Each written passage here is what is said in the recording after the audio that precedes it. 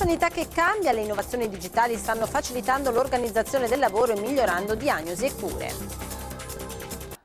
Alla Fiera di Vicenza, in scena in questi giorni le innovazioni digitali in campo sanitario. Tema particolarmente d'attualità perché permette di razionalizzare le risorse e contemporaneamente facilitare le cure. Alberto Bragaglia. Medit e PharmaIt, una doppia rassegna a Vicenza per parlare delle ultime innovazioni digitali in campo sanitario. In particolare l'edizione 2014 si è concentrata soprattutto sui sistemi di raccolta e condivisione dei dati. L'Agenzia Digitale per l'Italia ha emesso una normativa che prevede che entro l'anno prossimo sarà attivato il fascicolo sanitario elettronico.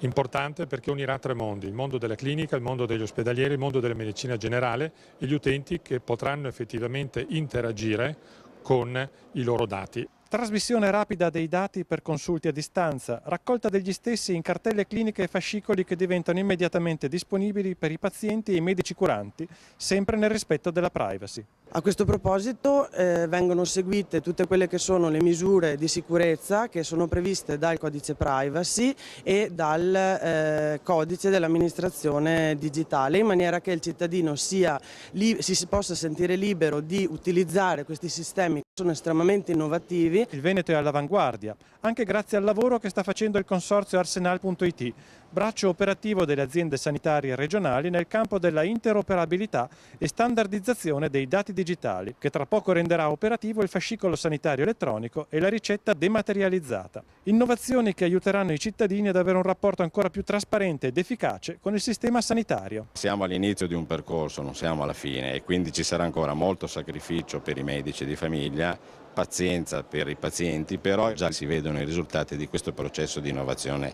informatica.